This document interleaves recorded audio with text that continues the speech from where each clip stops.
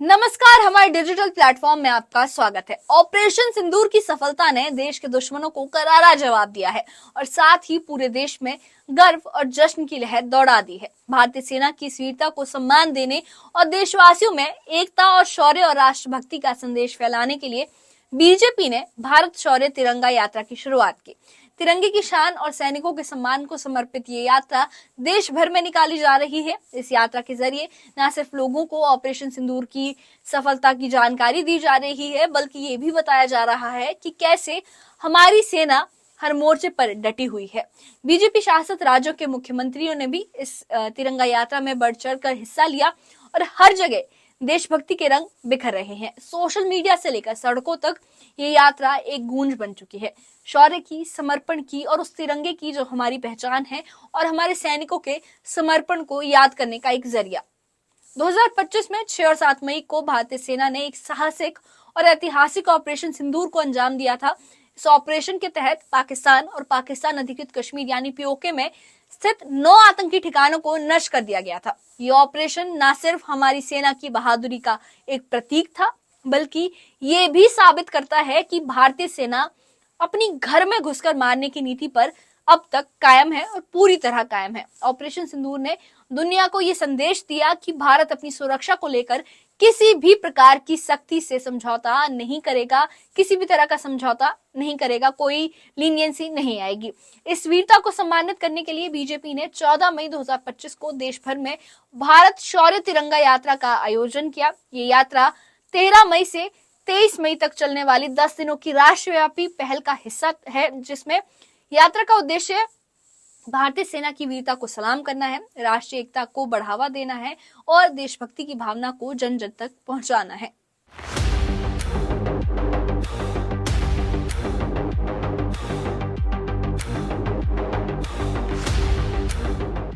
6 और 7 मई को भारतीय सेना ने एक साहसिक और ऐतिहासिक ऑपरेशन सिंदूर को अंजाम दिया। इस ऑपरेशन के तहत पाकिस्तान और पाकिस्तान कश्मीर यानी पीओके में स्थित 9 आतंकी ठिकानों को नष्ट कर दिया गया। ये ऑपरेशन न केवल हमारी सेना की बहादुरी का प्रतीक था, बल्कि ये भी साबित करता है कि भारतीय सेना अपनी घर में घुसकर मारने वाली नीति पर पूरी तरह से कायम है। ऑपरेशन सिंदूर ने दुनिया को ये संदेश दिया कि भारत अपनी सुरक्षा को लेकर किसी भी प्रकार की सख्ती से समझौता नहीं करेगा।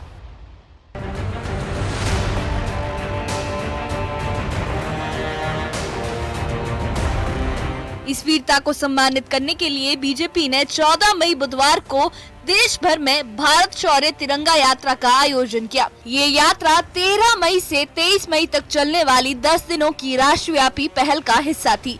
यात्रा का उद्देश्य भारतीय सेना की वीरता को सलाम करना, राष्ट्रीय एकता को बढ़ावा देना और देशभक्ति की भावना को जन जन तक पहुंचाना था। इस यात्रा में लाखों लोगों ने भाग लिया। स्कूल और कॉलेज के छात्र, बीजेपी कार्यकर्ता और स्थानीय नागरिकों ने तिरंगे को गर्व से लहराया। लखनऊ, देहरादून, भुवनेश्वर, दिल्ली, हरियाणा, बिहार, पश्चिम बंगाल और कर्नाटका, अरुणाचल प्रदेश और प्रयागराज सहित कई प्रमुख शहरों में ये यात्रा निकाली गई। खास बात ये रही कि यात्रा में सभी समुदायों ने भाग लिया। देहरादून में मुख्यमंत्री पुष्कर सिंह धामी ने यात्रा का नेतृत्व करते हुए कहा कि ये तिरंगा यात्रा भारत की एकता और सैनिकों के बलिदान को समर्पित है। ऑपरेशन सिंदूर में हमारी सेना ने जो पराक्रम दिखाया वो भारतीय सेना के लिए गर्व का विषय है। भुवनेश्वर में मुख्यमंत्री मोहन चरण मांझी ने तिरंगा यात्रा में हिस्सा लिया और कहा कि हमारी सेना ने न केवल देश की सुरक्षा की, बल्कि विश्व में भारत का मान बढ़ाया है। ये तिरंगा यात्रा हमारे सैनिकों के प्रति कृतज्ञता व्यक्त करने का माध्यम है। वहीं पश्चिम बंगाल में बीजेपी नेता दिलीप घोष ने कहा कि मोदी सरकार ने पाकिस्तान को मुंह तोड़ जवाब दिया, जिसे वो हमेशा याद रखेगा। ये ना तो कोई युद्ध हुआ और ना ही स्थगित हुआ, ये सिर्फ एक नमूना था। कर्नाटका में भी ये यात्रा शुरू हुई, जहां वरिष्ठ बीजेपी नेता आर अशोक और डॉक्टर CN अश्वत्थ नारायण ने इस यात्रा का ऐलान किया।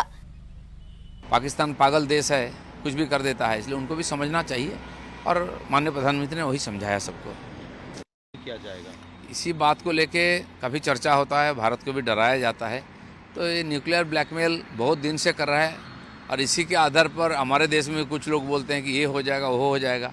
पाकिस्तान भी डराता है कि न्यूक्लियर वार हो जाएगा। लेकिन हमारी एकदम साफ है सोच विचार कि कुछ भी हो जाए। माननीय अटल जी ने भी वही बोला था कि कुछ भी कर लो, हम भी देख लेंगे। आज भी वही स्टैंड है। इस प्रकार और धमकी दे के हिंदुस्तान को झुकाना संभव नहीं है।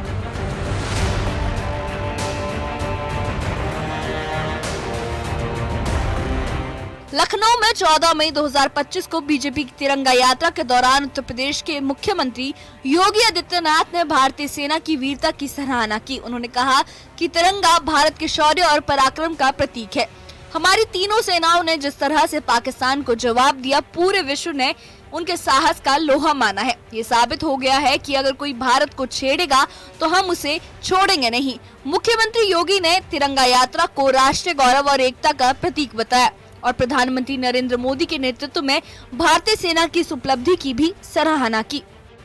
पाकिस्तान के द्वारा की गई हिमाकत को जिस मजबूती के साथ भारत के बहादुर जवानों ने, चाहे वो वायुसेना रही हो, थल सेना रही हो या नौसेना रही हो, इन सभी जवानों ने जिस मजबूती के साथ उसका जवाब दिया, दुनिया को संदेश भी दिया कि हम छेड़ेंगे नहीं, लेकिन कोई छेड़ेगा तो फिर उसको छोड़ेंगे भी नहीं। उत्तर प्रदेश के उप मुख्यमंत्री ब्रजेश पाठक ने भी लखनऊ में तिरंगा यात्रा के दौरान भारतीय सेना की वीरता का सम्मान किया। उन्होंने कहा कि ऑपरेशन सिंदूर भारतीय सेना की अदम्य वीरता का प्रतीक है। हमारी सरकार और बीजेपी पूरी तरह से सेना के साथ खड़ी है। ये तिरंगा यात्रा न केवल सैनिकों के सम्मान में है, बल्कि ये युवाओं को ये संदेश भी देती है कि हमें अपनी मातृभूमि की रक्षा के लिए हमेशा तैयार रहना चाहिए। ब्रजेश पाठक ने मुख्यमंत्री योगी आदित्यनाथ के नेतृत्व में यात्रा की भव्यता और समावेशी भागीदारी को भी सराहा है। रंजन अपने घरों से निकल करके अपनी सेना के शौर्य का प्रणाम कर रहा है, अभिनंदन कर रहा है और माननीय प्रधानमंत्री नरेंद्र मोदी जी का आभार प्रकट कर रहा है। उनके मार्गदर्शन में, उनके नेतृत्व में जिस ढंग से सेना ने पाकिस्तान को, देश के दुश्मनों को, आतंकवाद को जड़ से समाप्त करने का जो बीड़ा उठाया है, उसके लिए हम अपनी सेना के शौर्य का बहुत बहुत अभिनंदन करते हैं, उन्हें प्रणाम करते हैं। जिस तरीके से पाकिस्तान पर हमारी सेना ने अटैक किया, पूरी तरह से पाकिस्तान को, आतंकवाद को निस्तनाबूद करके ही हमारी सेनाएं दम लेंगी। ये सब संभव माननीय प्रधानमंत्री नरेंद्र मोदी जी के नेतृत्व में हुआ है। ठीक है, तो ये थे डिप्टी सीएम ब्रजेश पाठक।